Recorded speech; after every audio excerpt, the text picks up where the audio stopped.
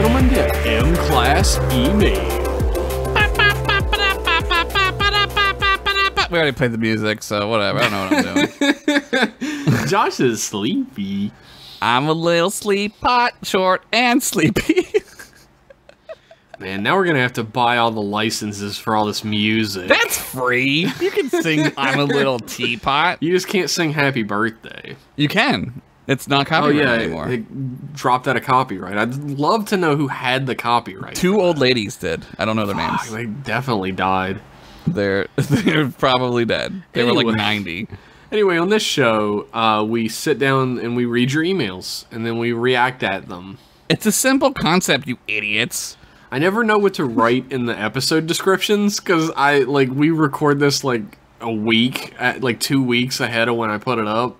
Yeah. And I don't remember what the fuck we talked about. And also, every episode is exactly the same. We read That's the what emails. you should put. That's what you should put in the description. I've done that before, where I'm like, you guys know what the show is about already. It's that Just again. keep doing it and then just put, we don't know what we talked about, number 37 or whatever it is, right? But we do have a lot of cool emails tonight, so I'm excited. We have some cool emails and not many terrible emails. Yeah, you can pick out which ones are which. Our first, I actually didn't read any of these, so maybe they're good. Yeah, whatever. We'll figure it out. Our first email is from Colin Brady. Oh, Colin's back. Who says, "Hey, Turek boys. Turek boys. I'm finally watching through DS9, and man, some of these early episodes are real stinkers."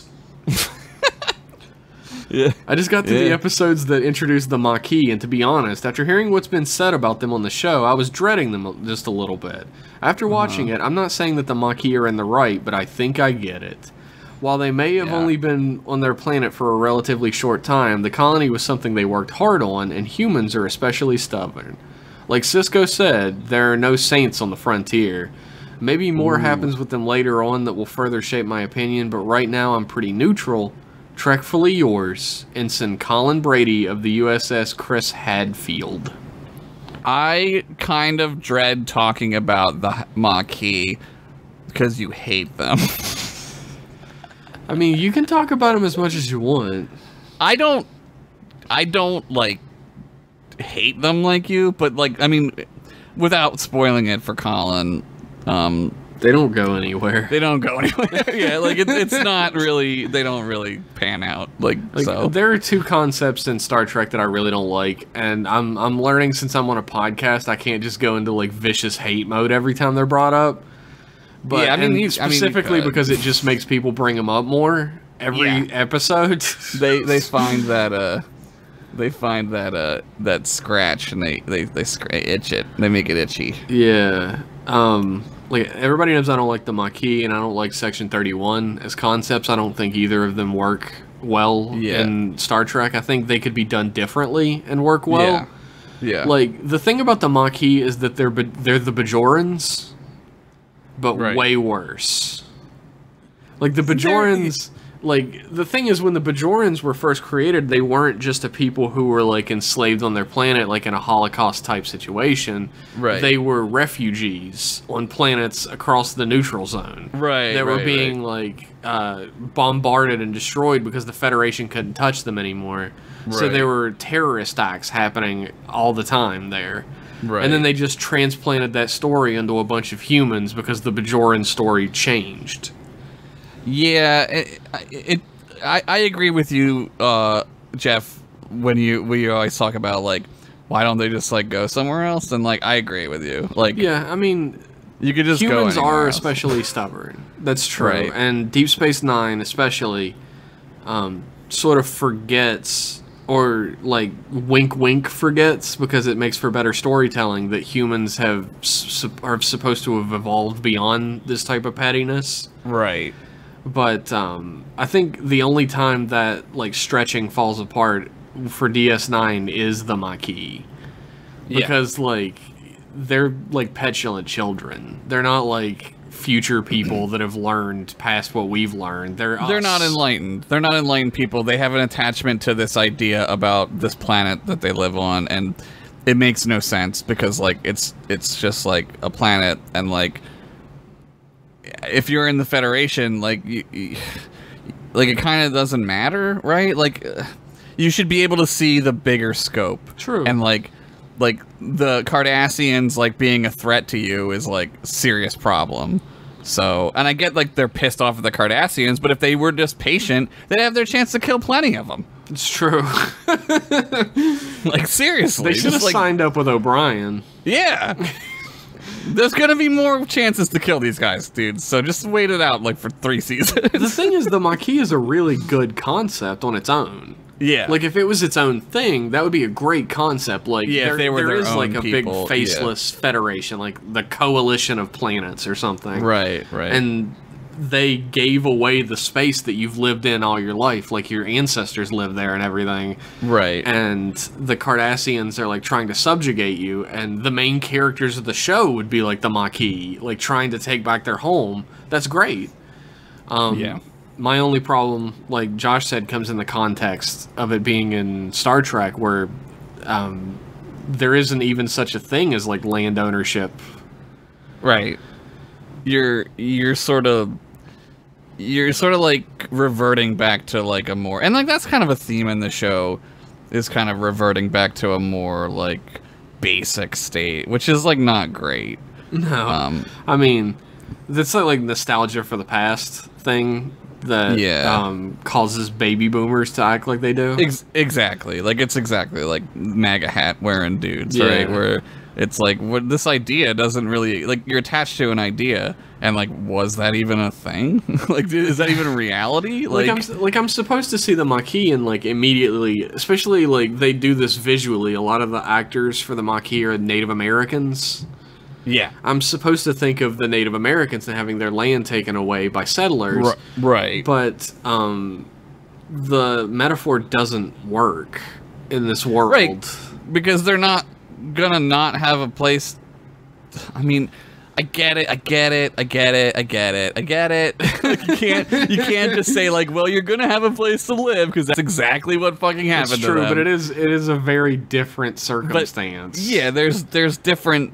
It's not the same. It works on a surface level for sure. Like if you don't think about the universe around it, it works perfectly. Exactly. But the problem occurs that like the Federation literally is just gonna give you whatever you want. Like they're just gonna be like, what do you want to do? Where do you want to go? My big problem with them as well is that all of the characters we meet that are Maquis are like, they're not like the Bajoran type of like freedom fighter. Yeah. They're legitimate like terrorists that'll stab you in the back the second they have an upper hand. Right, they're duplicitous. They're not like, well, we our goal is to work with the Federation. They feel the same way about the Federation as they do about the Cardassians, which is a problem. Because there's a huge difference, like, honestly. Like, it's a concept that I think didn't work from the beginning, but a lot of concepts in Star Trek don't work from the beginning. It just didn't pan out. Yeah, the problem is that it didn't pan out. Right, they didn't adapt it. It just became, especially like, for me, and I mean, you haven't got to that part yet, and there are people who like the Maquis, even after the end of them and everything, but I don't know. I guess I've softened a little bit on them. I don't like virulently hate the idea anymore, but it's still not something that I like. It's kind of good that they kind of just like lay it to bed, and they're just sort of like, forget about it. it's probably the best way to handle it, right? They get to a point where like, what else could you do, right? Yeah, I mean, for real. I mean, yeah. What are they gonna do against that? You know? Yeah, that's it. That's it, dude. He does have a PS. God, Prophet and Lace fucking sucked. Which one's that one? Prophet and Lace. We watched it, didn't we? Prophet and Loss fucking sucked. I can't wait to get to Prophet and Lace. Prophet and Lace is the one where Quark becomes a lady Quark. Yeah. Yeah. Which is just a giant making fun of women stereotypes episode. Yeah. So thanks for that email, Colin. Hopefully you don't get to Prophet and Lace. Maybe skip over that one. What's his name in it? Quarket. What's his fucking name? Fucking Lumba. Lumba. That's right. Lumba. Lumba. Our next email is from Chief Petty Officer Henry Torbert. Oh yeah. It's entitled Temporal Security. Okay. Ensigns Pennington and Henderson. Is this encrypted? No. There are no Okay. hidden messages that I know of. Okay, fuck. I'm nervous. Did I do a voice for this guy? Probably not. In my last communication, I mentioned that there might be some subspace or temporal interference in our conversation. Okay. When I brought this up to the Sousa's chief science officer, she mumbled something about a chronoton array and rushed off. Oh, nice. I still hadn't seen her when we docked at Starbase 11 the next day, and when I went to the Replimat to set up for the string quartet concert, there were What? 2 officers from the Department of Temporal Investigations waiting for me. Oh, those nerds from DS9. Fuck yeah, idiots. Dingus and Wingus, whatever the fuck. That was 100%. I think their names were Mully and Scolder. Yeah. Yeah. They whisked like me off fun. to some office, argued about something outside, and now I'm in a holding cell. It seems you I do? have irreversibly affected the time stream by sending messages to the past concerning historical events. Huh. Uh-oh. It seems to be lost on them that those events already happened to you as well, but these people hate Captain Kirk with a fiery passion, What? so I don't think reasoning with them is going to work. Damn, dude. I'm glad I had engineering experience after being taken for... I'm glad I had engineering experience after being mistaken for one due to my yellow uniform all these years, or I wouldn't have been able to rework this cell's food replicator to send this message. Damn. We're getting some fucking cafeteria messages. Fucking straight up MacGyver. Dude, it's like we had one of those like banner tickers, like those electronic ones at school. It's like you fucking hacked it and put like a bunch of boobs and stuff on it. That's dope. I can only hope that I've found the same spot in the Sousa's patrol pattern to aim the array at, or this message might not reach you. I hope you get out of there. Please, if you have any tips for dealing with temporal investigations, I'm all ears. Regards, Chief Petty Officer Henry Torbert, possibly former Chief Morale Officer, USS John Philip Sousa. Well, like they say in Deep Space Nine, they hate jokes. Don't joke with them. Yeah, that's a good one. They say like, oh, but you guys probably already knew that. And then the guy's like, we've heard that one before. Jokes. They don't like it. They don't Look. got time for jokes. Oh my god. Here's what you do. All that engineering experience needs to be put to use. You need to take the parts out of the replicator, turn it into a de-replicator, What? aka a gun, and then shoot it at them when they come into the cell, and then you're fucking scot-free, baby. This is the security officer telling you this, so I'm gonna go with this plan as the right way to do it. I don't Dude, know. Nobody can stop the de-replicator. Just fucking ask American politics. De-replicator. That's great. Just ask American politics, dude. Nobody can stop it. Oh man. That's good. P.S. Yelling from outside cell. What do you mean Romulus is gone? No! And be more specific than lightning storm in space. That's a reference to that movie I hate. Yeah. Whoa. You got any more tips for him for temporal investigations? I mean, compliment their cool black uniforms. True. I don't know. Don't allude that you're going to go back in time and bet on sporting events like Biff Tannen. Don't tell them that you hung out with Kirk for a minute. They don't like that. Yeah, don't fuck your mom or your grandma. Don't do that. You only think sometimes we're into women because we supposed to? What? Good thing I fell on these rusty bayonets. Oh my god. Oh god, I I'm love that. Still coughing from being sick. You're sick. You're sick. You sick fuck. That's about it. I don't know. You're on your own, man. You're Yeah. stuck, dude. Dude, You're. I can't help you with this one. De-replicator. This guy's he's telling you to make a gun. Just make a gun. Make a gun, silly. Holy shit. What? Our next email was cut due to time. What? Because It is so long. Can I How long is it? Oh my god, it's so long.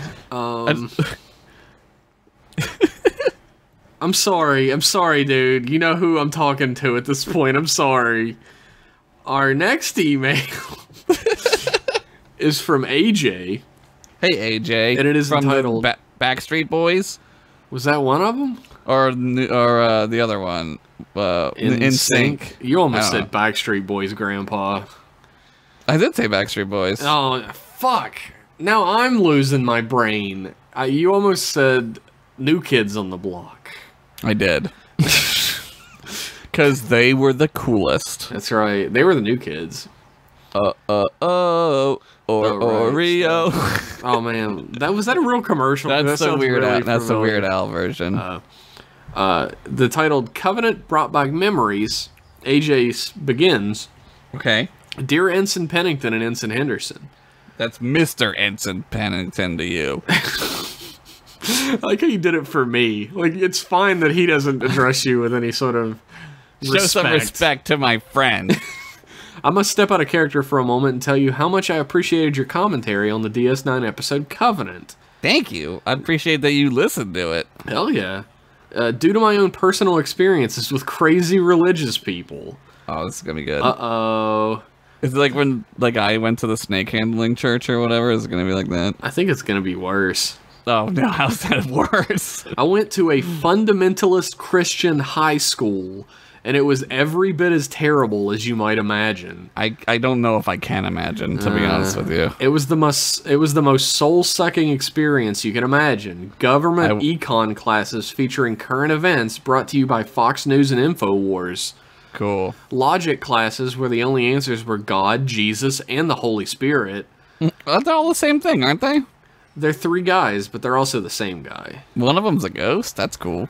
Yeah, they don't talk about that one much. He's the one that impregnated the lady. He's the one who became the shower of coins and then the swan that impregnated the lady, right? Yeah. Latin classes for no reason at all. Terrible teachers with no training to be educators. You name it. That's I was frequently paddled like with a wooden board as a punishment. Cool. That's legal. Really awful stuff. It was basically a cult if the government from George Orwell's 1984 ran it. Yeah. When I heard Gul Dukat's insistence that his word was the word of God, it was like DS9 writers had broken into my head and stolen my memories from their ideas. I told you this is what we talked about. Yeah. Yeah, man. That's fucking scary, dude. I'm sorry. Ugh. I found great relief in the episode itself, and that the DS9 writers recognized the danger of all of this and wanted to create a cautionary tale about it. Mm-hmm. I also found great solace in the fact that the two of you, and Kevin, presumably, recognize the danger that it presents. Kevin loves cults.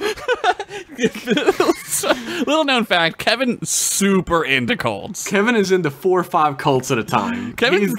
He's knee deep in cults right now. Every time I talk to Kevin, he's like, "Yo, I'm pledging at this new cult." Pledging.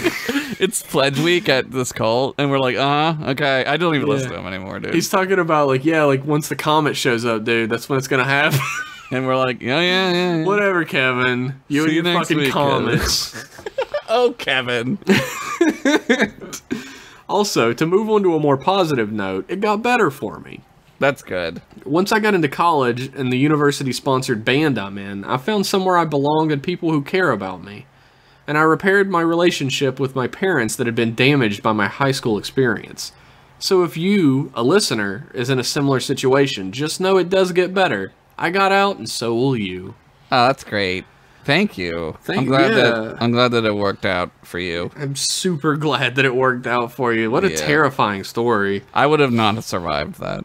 I'm not built for that. I would have killed myself. I wouldn't have survived it. I don't know what I would have done. Like, I don't do well with a lot of, like, outside shitty pressure on me. Yeah, me neither. I would completely collapse. It would be bad. I say all this to thank you. I probably wouldn't have bothered with this episode if it hadn't popped up on my podcast feed from you guys, and I'm glad I did. Yeah. I couldn't agree more with the points you guys made about our country being run like this right now. It made me seriously engage with my own experiences from a more big picture sort of view. Awesome. We did it. We did it! We did a thing! Yay! We got one! We Sorry for the long-winded email, but keep up the great work. I think I speak for a lot of us when I say we appreciate what you guys do. Thanks, Thank you. AJ. Is now a good time to say that I'm in the cult of Janine? Oh, yeah. Dude, all day, every day over here. Oh my god, Janine. When that Janine comic comes, I'm definitely drinking the Kool-Aid. Is there a Janine? I think it's a Janine comic, and I was like, what? What does she do? Is it a sexy one? What does she do all day? She answers phones. Janine, answer some phones, will you? We're paying for this stuff. Our next email is from Charles Harvey. Okay. And it is called Tensions in the Neutral Zone. No, it's always this. It is, isn't it? Greetings once again, Trek boys. Hello. LCDR. Okay. Lieutenant Commander. Yeah. Charles Harvey transmitting to you once again from aboard the USS Crossheart. Nice name. USS Crossfire. Yo, you got up in the Crossfire. crossfire. Crossfire from Milton Bradley. Oh god, let's play it. Fuck yeah. It's 90s as shit. I want to be the guy with the cool glasses, and you could be the guy with the even cooler glasses. Fuck, and then one of us gets sent to the fucking hell dimension when we lose. Yeah, that's what happens, loser. We have a particularly interesting development on the front. We've been instructed by Starfleet Command itself, no less, to meet with the Romulan war vessel Valdor. In case you Trek boys need a short history lesson, this is the same ship that helped the Enterprise destroy Shenzon's ship. I know. It's got Dina Meyer as the commander. I know all about the Valdor. Josh knows everything there is to know about sexy green women. Dina Meyer's flapjack titties were commanding that ship. Whoa! Needless to say, I stand particularly nervous. Yeah, well, she's pretty cute, so... I haven't had an opportunity to put your advice into practice. Just after the transmission from command, we received a hail from a Romulan warbird. Okay. The captain, a woman named Hereth, gave us brief instructions for a rendezvous point near Nelvana 3. She was obstinate and rather rude to the captain, but I couldn't help but be a little dumbfounded. Gentlemen, you failed to inform me that Romulan women are beautiful. I just told you they're beautiful. I thought I had a thing for Vulcans, but now I need to know more. Josh, I'll need your expertise in dick sciences here. Primarily, how do I seduce a Romulan female? I mean, I don't really know because I'm not... That's not what dick science is. No. It's not about seduction. He's not a fucking pickup artist. I'm not a PUA, yeah. Yeah, I mean, don't talk about dick sciences around her, number one. Yeah. Ladies of all races and species don't particularly enjoy hearing about dick science. Trust me. They don't want to hear about that shit. I don't know, man. I don't know. What are Romulans like? Like when their planet doesn't blow. Yeah. Yeah, try to, like, play it, like, cool. Oh my god, you're giving like older brother advice. Just don't play it like cool, I guess. Don't talk about how you saw her boobs in Starship Troopers. Don't talk about that. I think she's in what other movie is she in? She's in that movie with Keanu Reeves, or is that the other lady that looks like Dina Meyer? I think that's the other lady that looks like her. God, it's like I never know. They're like so similar. It's true. Mike and I got in a huge argument one time about which one was which, and I lost, and I'll never forget it.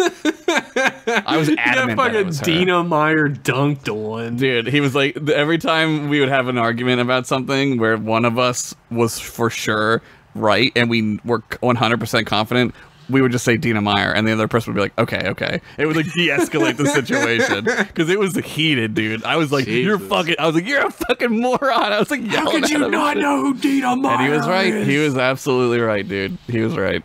Tips to seducing a Romulan female. I've never seen a Romulan show sexual interest in anyone before, so I don't know. Yeah, it's a mystery, just like all the rest of their culture. I don't really know, man. I guess like. Records are Hotine. sketchy from the time. Yeah, ask Hotine. Hotine got real heavy into Kathy, and she's not Romulan. I guess, like... Yeah.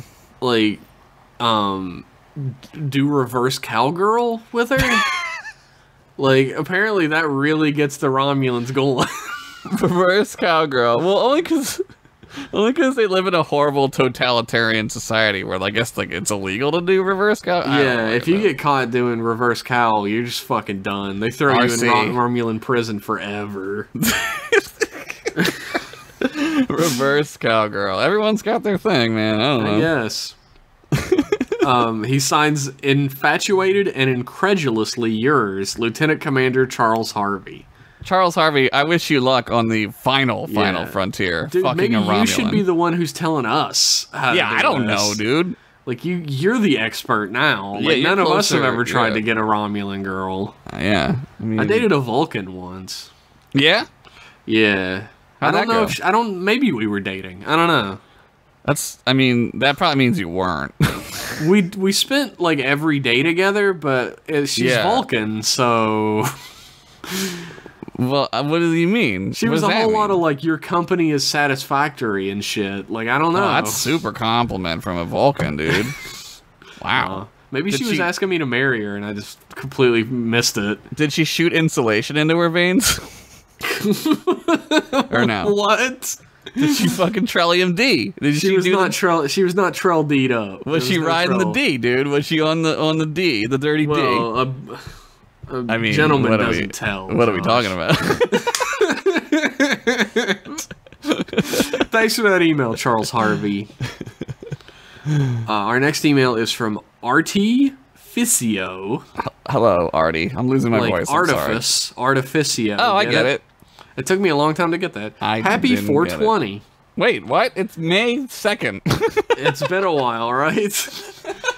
First, I just want to say, really love the continue verse and its derivatives. What is which that? This is not one. What is that even? I don't know. M-Class, I guess M-Class has to be related to continue since you're on. I'm here, yeah, so I mean, I don't know. It's very tangential. I'm going through a divorce and it's helped me so much. Anyway. Funniest serious thing ever. Not much of a writer, but had an idea for a pod. Pitch O Ditch. Pitch O Ditch. So here's my rough draft. It's UFP Holiday 420 on DS9 with the Enterprise docked on a special crossover special. Another one? I love these. The whole station is blazing it up, and Nog is on vacation from the Academy. He's infatuated with Cali surfer culture, and it shows. He comes on the station and he says, "You can call me Nug." And he lights up a bowl just right there. He's got all the lingo and wears cool sunglasses the entire app. Are they wraparound? I bet they are. You know it. Oakleys. You know Cisco, Worf, and Dax are getting high and playing Dabo the entire episode. Dabo! Space weed has an interesting effect on Odo. It turns him into a meatwad-like creature, and he keeps turning into cool shapes like a hot dog. You know he's turning into an igloo, too. Igloo hot dog. Igloo hot dog. That's all I know. Riker has too much and can't believe it, so he keeps denying how high he is, and he plays it out just like that popular vid of him saying it's not true that's going around. Oh, yeah. This is such a dated email. That's a great, dude, I love that, though. I fucking love that video so much. Fact or Fiction, that was a great show, dude. It was a great show. Not this time. Nope, you're wrong. We made it up. We made it up. We made it up. But it's not all fun and games. Trouble is lurking. Rom and the Grand Nagus' son are gonna eject adult Wesley out of the space dock, but it's only Chief O'Brien hallucinating. Wow. This is all as far as I've got, so happy 420, everyone. Your pal, Artificio. I mean, I'm gonna pitch it because, like, I'm assuming he was high when he wrote it, so that's pretty good. For sure. For being high. There's no plot to the episode, but it does seem pretty dank. So I'm going to go ahead and pitch it. I mean, I'll pitch it for sure if there's, like, stoner music playing. Like, like you go into one room, like, Sick Bay has, like, Bob Marley playing, and then, like Fish is, like, annoyingly being played somewhere. They already own the rights to Magic Carpet Ride. They do. So it's definitely playing. Dude, it's in the fucking game, dude. It's incredible. Fuck yeah. When you fucking go to First Contact Day to do the First Contact Day mission, you build a rocket ship. Like, that's what you need to do. You build a rocket of the Phoenix, and fucking Magic Carpet Ride plays when you launch it. It's incredible. The best. It's fucking great. It's amazing. Thank you for that email, Artie. Great job. Artie Ficio. I can't believe it took me like 8 emails to fucking get that, but thank you. I'm glad somebody did. I never would have. Our next email is from Boston Sean. Boston Sean Dupree. And it's entitled, Apologies, My Trek Gents. Okay. And it begins, Hey Trek boys. Okay, hi. Big fan of nothing from this episode. Nice. I'm sorry I put this one on the list. It's a good barometer of how most Voyager episodes go. Yeah, it's like such a good barometer that it's like too good of a barometer.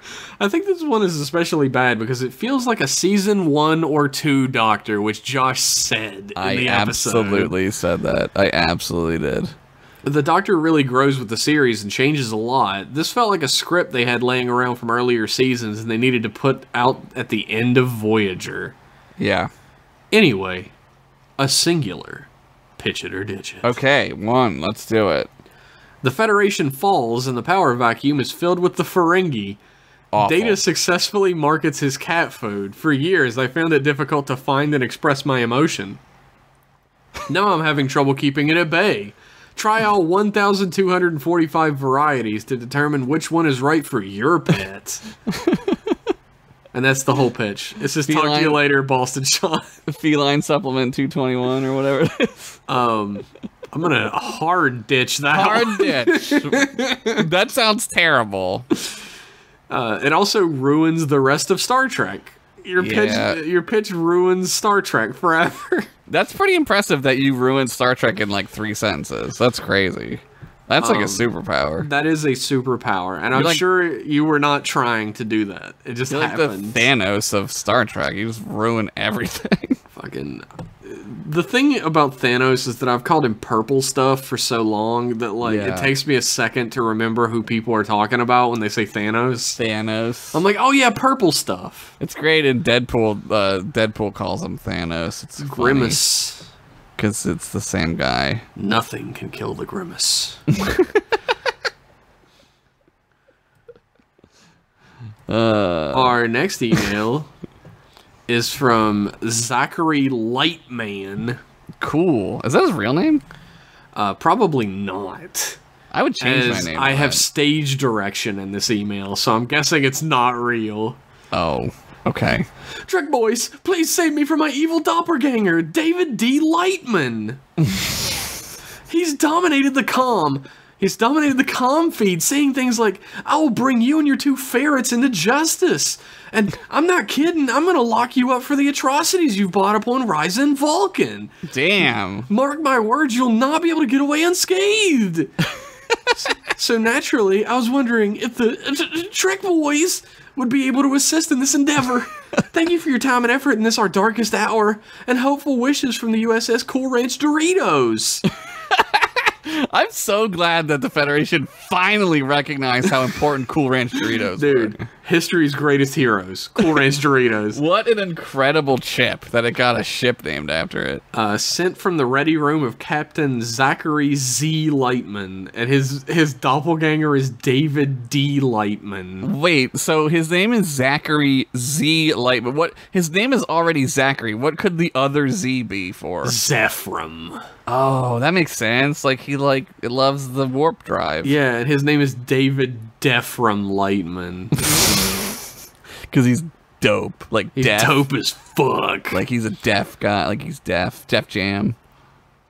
Can we help him? I mean, apparently, I don't know. What I've learned from this email, I've gleaned some things from this email with my detective's eye. Great work. You're so good at this. Thank God you're here. Captain Zachary Z. Lightman apparently owns 2 ferrets. Yeah, I did pick that up. He has committed atrocities on both Ryza and Vulcan. Okay, what, though? Like, what could have happened?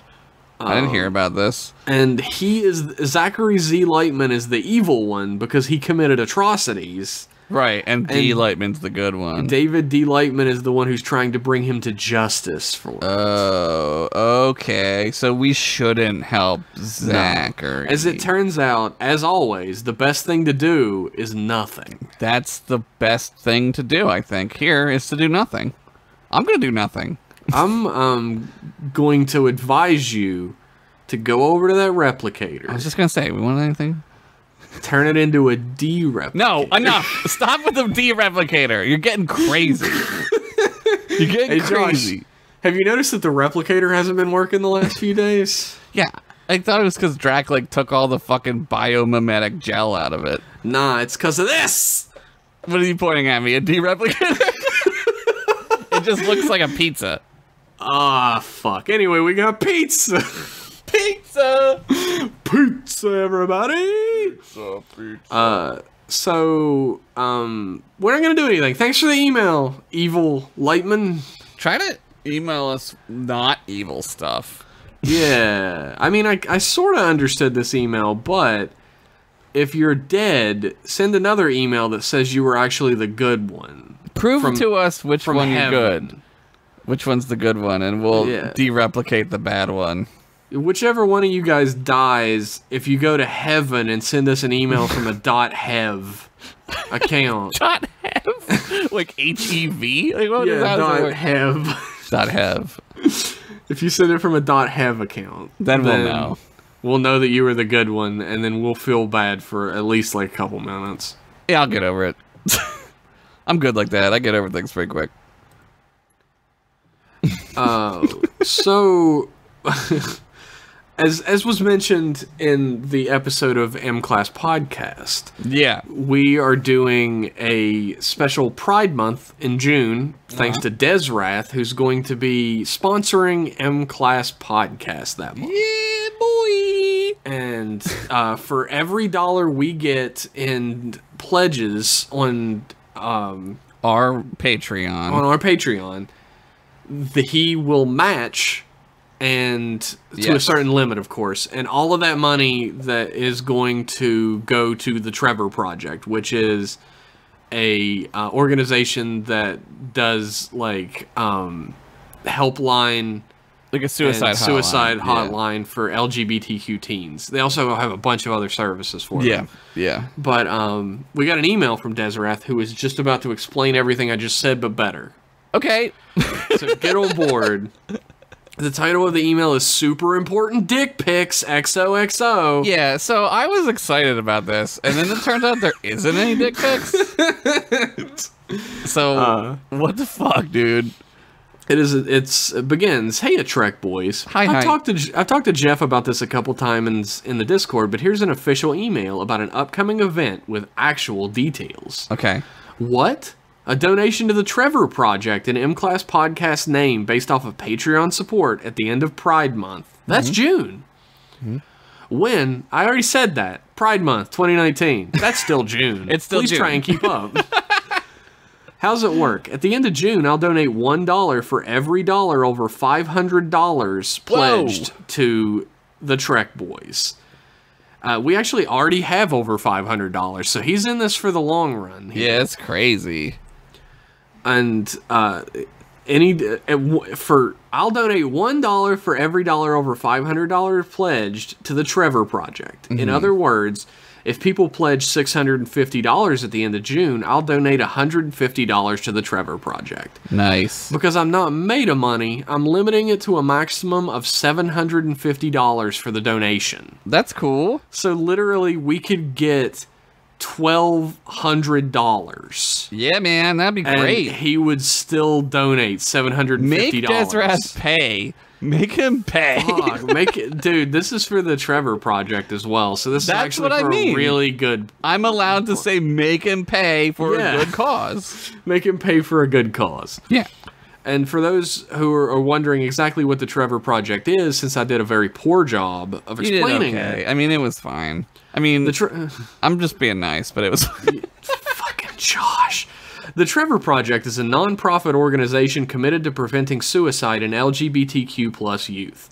They're best known for the Trevor Lifeline crisis intervention hotline they operate, along with Trevor Chat and Trevor Text, which are the instant message and text versions of that hotline. But they also do work in training, raising awareness, and advocacy related to the LGBTQ plus youth suicide prevention. How can I get involved? You asked Desrath. How can I get involved? I did. I did. How can I get involved? Just increase, or add an M-Class Podcast Patreon pledge at patreon.com/mclasspodcast for the month of June 2019, and keep it through billing. Yep. So you have to pay for this. Yeah, it can't just be like, you know. Don't pull out. Let it loose. Let your money wad loose. Don't pull it out. Your money wad. That's it. I'll work with the boys to calculate and communicate the total donation. If you really want to go above and beyond, you can go to give.thetrevorproject.org/USS Lollipop and hit donate. That's incredible. But please remember to dedicate the donation to M-Class Podcast if you do. Yeah. There will be a checkbox on the donation form just under the donation amount to dedicate. First name M-Class, last name Podcast. There you go. To make sure that the payments have time to process and stuff, I'll hold out on donating until mid to late July, and the fundraiser page will stay up through July. That's great. So you got two options here. If you would like to give us money and the Trevor Project money, like you want to support our podcast, but you also want to support a hotline and advocacy group for LGBTQ plus youth suicide prevention, you can head on over to patreon.com/mclasspodcast for the month of June 2019 and up your pledge or add a pledge. Right. If you just want to pledge to the Trevor Project, you can do that as well at give.thetrevorproject.org/USS Lollipop. Nice. Just remember to put M-Class Podcast into the donation box below. And, like, we won't get any of that money, but people who deserve it way more than us will. Yeah, true. So, I'm all for either. Yeah, do whatever you feel comfortable with. And he finishes out the email by saying, let's show the world how much pride Trek boys have. Yeah! From Captain Desrath of the USS Lollipop. I want a cool, like, Federation rainbow flag. Fuck yeah, dude. Can we make those? Maybe. Maybe I can do something like that. I don't know. Jeff, you're the only one who draws, so I don't want to make you do it, but you have to. I might be able to, like... I need to find a place to get stickers made anyway. So maybe that's the first sticker I'll do is, like, a modified Trek symbol. Yeah. With the rainbow flag through an M-Class. That'd be awesome. Maybe I'll just, like, buy some, and, like, whoever donates, I can, like, I don't know. That's kind of difficult. We'll figure it out. Anyway, we'll figure it out, but, like, I feel like today we're all part of the USS Lollipop. Yeah, I love my assignment on the Lollipop. It's a good ship. I see what you did there. That's Desrath's joke. I didn't. Oh, Desrath, he's stealing your shit, man. Well, to be fair, it was Will Riker's joke first. Wait, when did Will Riker say it? He tells Worf about the USS Lollipop, and he says it's a good ship. I don't remember this. Anyway, I'm really excited for this because, I mean, like, the Tapon sponsorship was really fun, and it got us a little bit more extra folding money, but this is the first time that M-Class Podcast can use its admittedly kind of meager platform to do something actually good for the world. We'll tweet about it and stuff, too. Like, when it gets... Yeah, when June rolls around, you're not going to hear the end of this shit, so... Yeah, so... I'm excited. Yeah, it's great. No, this is a great cause. So, thank you for that, Desrath. You are the true hero of the day. Agreed. Just slightly less cool than us. I mean, that goes without saying, because, like, we're awesome, so... Our next email. Sorry. Our next email is from Rich Masters. Rich! The king of the peyote. It's me, Rich. I don't know. Does he talk like that? I don't know. He's English. So let's hear that in an English accent. It's me, Rich Masters. Oh no, he went down several octaves. It's me, Rich Masters. I live in England. Oi. Snorkel? Football. Snorkel? Yeah. Sorry, it's a little snarkly.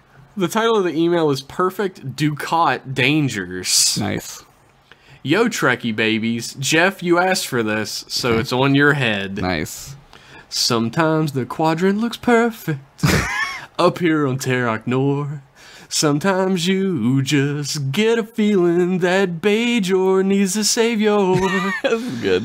Whatever Central Command says, Bajoran way of life's gonna end. A Parath in my heart, gonna make them see, and make Ben Sisko my bestest friend. Nice. Standing tall on those dead Bajoran dreams. Damn. Rise and fall until the founders pick the brink. And when Cardassia wins and Bajor burns, they'll beg for my return, beg for my return. Despite all their screams, nothing's gonna stop Dukat. Despite all their screams, nothing's gonna stop Dukat. Beautiful. That was great. Fucking, that was immaculate, dude. Did you practice that? I did not. I just sing that song all the time. That's a. I love Well, the so Perfect you- Strangers theme. So you informally practiced it? Yeah, pretty much. I sing the real Perfect Strangers theme all the time. Did you ever play that Flash game where it's just Oh, that fuck song? yeah, I did. That game rules, dude. That's a fucking great game. Anyway, submitted for the arrival of the Midnight Society of Trek Boys. Oh god, he's hitting all my spots right now. It is 12:55 still, so it's still the midnight hour. That is, with a witching hour. TNG Season 8, Episode 15. Oh, for fuck me. Dr. Crusher prepares a hypo spray and runs over to her patient. She demands that Nurse Ogawa apply cortical stimulators and charge them to 30 kilobobbins or whatever. I'm a writer, not a doctor, damn it. That sounds right. She shocks the patient once, Joules, that'd be twice, a third time. Damn. In the background, Picard, Riker, and an unknown Ferengi stand, hoping for good news. The monitor flatlines and Beverly turns to her captain. He's dead, sir.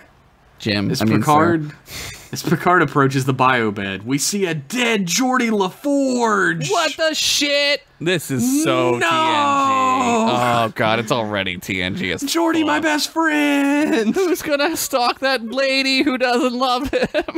Oh no. Who he ends up marrying in that one future?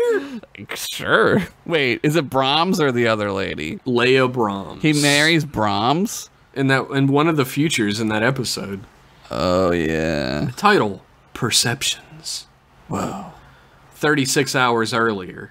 Damn. Data sits in... It's a long time. It's like 2 days. Data sits in 10 forward when Geordi comes in and joins him at his table. As Guinan asks what he wants to drink, Geordi picks a Tarkelian tea, then a black coffee, then decides on some water. Fucking dork. I think less caffeine would be a good idea, says Guinan. Data sits observing his friend and asks what it is that's made him so agitated. Geordi reveals the secret project he's been working on every night in the lab in the last 2 months. What? He's been working with a Ferengi engineer named Frel. Cool name. Frel has discovered a way to extend the range of the flagship's long-range communications and sensors. Theoretically, the Enterprise could detect and communicate with another ship halfway across the quadrant! What? Geordi's been working with him over subspace, and it's finally getting time to run a phased testing with Frel aboard the ship. Nice. Data's impressed by the hypothesis, but says that he had thought Geordi's lack of socializing had been due to a recent date with Ensign Lauren Hicks. Dude, Hicks got fucking... she turned his ass down, dude. I know Geordi- Geordi's game is weak. He got dunked on like Matumbo. Rejected. Geordi. Geordi tells him he's neglected her recently, but not to worry, there's always time for that. Geordi warns him that time is a matter of perception. Okay. Data warns him that time is about I know. perception. Geordi is called to the transporter room. The Enterprise has rendezvous with this Ferengi science vessel, Geldon.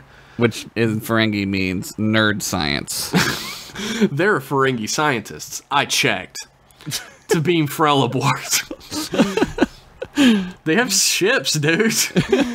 On his way to the transporter room, Geordi acts like an excited kid around Commander Riker, explaining how this will greatly reduce their response times, help the war effort, coordinate rescues and scouting missions. Riker stops and tells Geordi to calm down. Calm down, nerd. The captain has already agreed the joint project with the Ferengi as long as the experiment doesn't interfere with the Enterprise's studies of the Varanus Nebula. a stellar gas cloud filled with pockets of dense proto-matter that they feel could be the start of a new micro-universe. We're making fucking Genesis planets again. Fuck Jesus yeah, dude. Christ, this is a terrible idea. We're getting Sega Genesis up in this bitch. Sonic is there. Every hero has a Genesis, Josh. Beaming aboard, Frel is delighted to see Geordi and wants to get started on the project right away. My friend Geordi! My friend! That's what he talks like. Yeah. The pair head to the lab and start working, leaving Riker to shake his head at the pair of nerds. Amazing! Later in 10 Forward, Frel regales some of the Enterprise crew with tales of being a philanthropic scientist in a capitalist economy. What? He's quite the charmer, leading Lieutenant Hawk to confide in Troy that he thought all Ferengi were hucksters. Oh no, Hawk is a spacist. Maybe he'll pay for that in some karmic way eventually. Who knows? Poor guy. He's the guy in Hawk is the guy in Sonic. He's the military guy. Oh, he is. Holy shit. Yeah. Fucking it all comes together, dude. It's That's like poetry. Right. It repeats it, right? Geordi goes to the bar to get some water. He's having a bit of a headache, putting it down to his recently installed eyes. Frel joins him, confiding how impressed he is with him, saying he always admired LaForge's work, implementing solutions on the frontier of exploration. Geordi admits he admires Frel's reputation for his pioneering research. God, just kiss already. Frel calls it a night and they agree to meet in the morning. Yeah, after they fuck. You're shipping already. This character just appeared. We're in a ship. We're in the Enterprise. I'm shipping. I know. Oh my god. The Enterprise arrives at the Nebula and Lieutenant Hawk asks if they should be concerned about another universe being formed inside their own. Great question. Picard tells him that new life isn't something to be feared, but cherished, and that every new life in the universe is like a new instrument in the orchestra. The music only gets better when every piece is in harmony. Yeah, except That's a great sometimes line. you have like S&M Metallica. It just doesn't work, right? In his quarters, Geordi's headache resurfaces as he struggles to sleep, so he heads down to the lab to continue working. Frel arrives in the morning. Geordi's been working all night to calibrate the communications array. He lies about the pain and said he's been having flashes of inspiration. Oh. Frel comments that the work he's done will put him way ahead of their initial projections. They can start testing ASAP.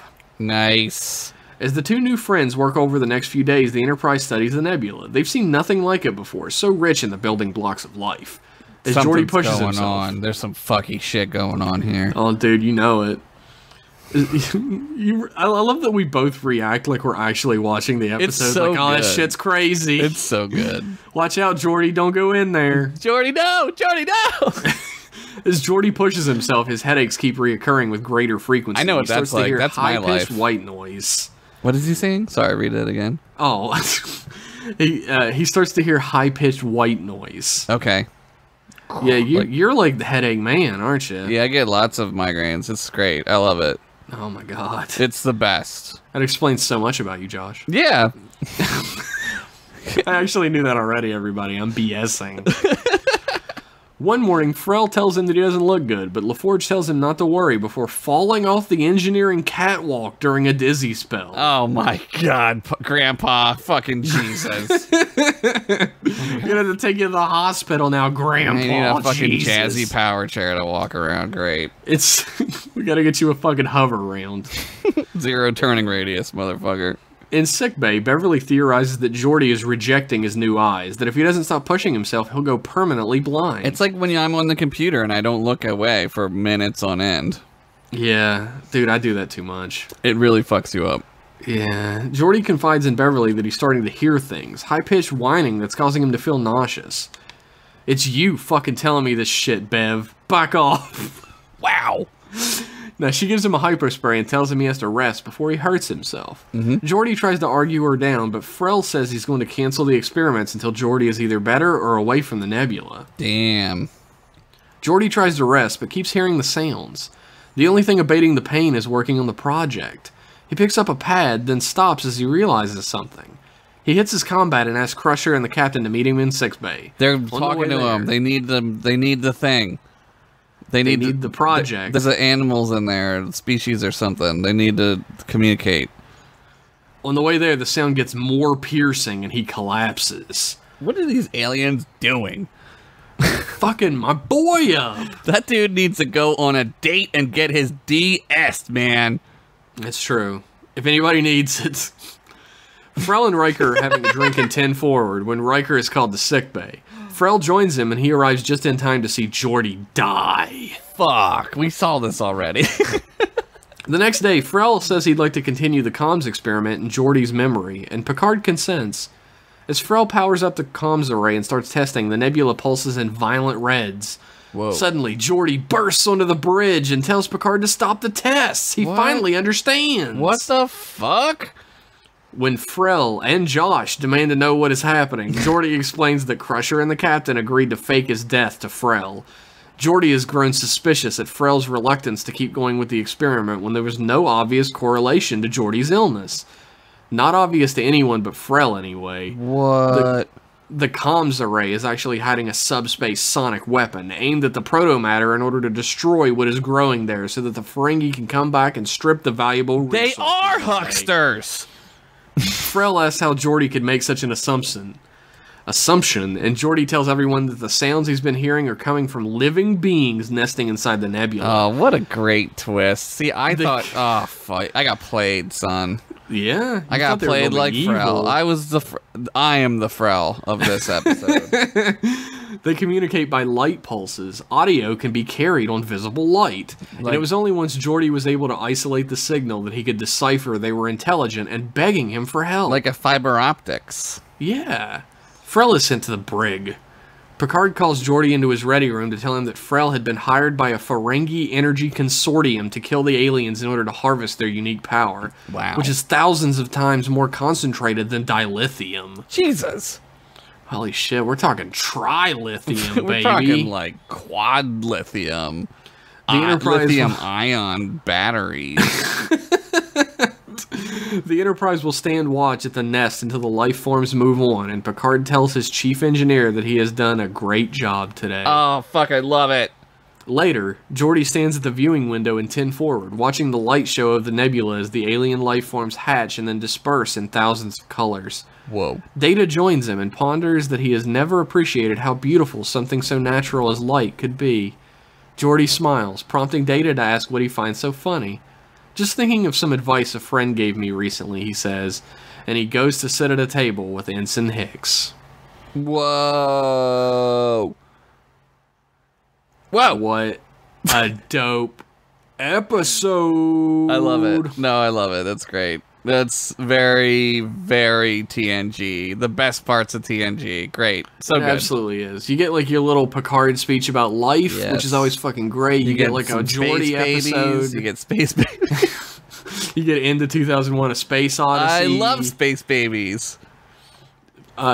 A Geordi-centric episode that's about a mystery is always really great because he's always like I'm gonna quadra-line the tube panels into the warp core. Man, you sure are a security officer. Jesus. Oh my god. You don't even know what you're saying right now. All right, you tell me, Josh. What would he have done? I'm a doctor. I don't know. I'm not a science dude. You're not even a doctor. You're a dick scientist. I'm a doctor of love, baby. It's not what everybody you've loved tells me. They call me Dr. Chubbs. Oh no. He is technically Dr. Chubbs though, because that is his specialty. Suck your dubs, which are like double D's. Oh my god. All right, my lovely boys. Hope you enjoyed this one too. Love y'all. Rich. Spending my shore leave as an atheist touring on Bajor, and it's super awkward. Damn, sorry. How many million people on this planet believe in the same god seems convenient. It's like Hoth. The whole planet's ice. Oh, okay. That's how planets work. It doesn't make any sense, but go for it. That's how all planets are, right? Just one climate. Mm-hmm. It's a Star Wars way, man. Yeah, they'll have time to explain that they're on like a different part of the planet.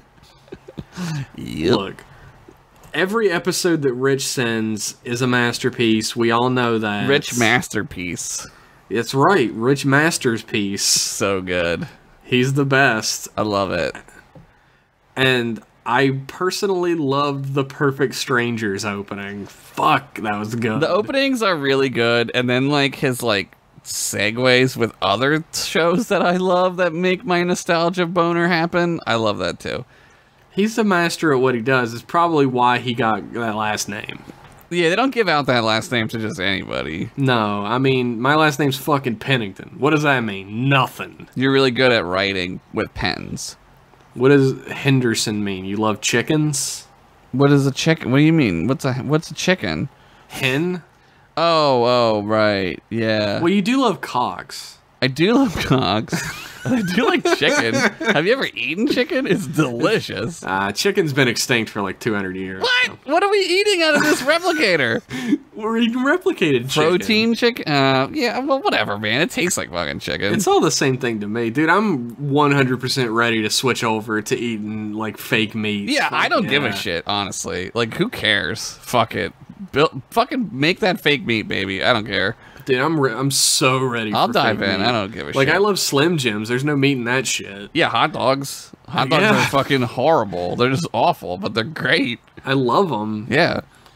So that was M-Class emails for this week. That was we good. Got a lot of goodies this time. I really enjoyed it. They were really good. Thank you for sending in your emails. Send in more of them. Where can they send those emails to, Josh? They can send them to mclassemail@gmail.com. It's all singular, baby. And just like our human dicks, singular. Oh, don't remind me. Well, I mean, we're trying those experiments. Maybe it'll work. That's true. I got a weird second like nubbin dick coming out. It's just like an hopefully it enlarged gets clitoris. It's very sensitive. Yeah. It'll go away. Put some talcum on it. Like, I like to thank everybody who wrote in, and I'd also like to advise everybody to head on over to patreon.com/mclasspodcast. Yes. Where for as little as $1 a month, you can get M-Class email a week early, access to a Discord, and all of the art for this program as wallpapers. Dope. And for $5 a month, you get a whole new fucking podcast called Jeff and Josh Shoot the Shit, where we talk about every other topic except Star Trek. Yeah, we talk about skipping school. We talk about what we did on our summer vacation. Stay cool, Jeff. Always be you. Stay cool, Josh. Maybe I like you? Question mark hearts. Here's my phone number, 555-5555. That's it. Just kidding. Well, now my phone number's out there. They're all gonna call me. Yeah, they're gonna get blowed up, dude.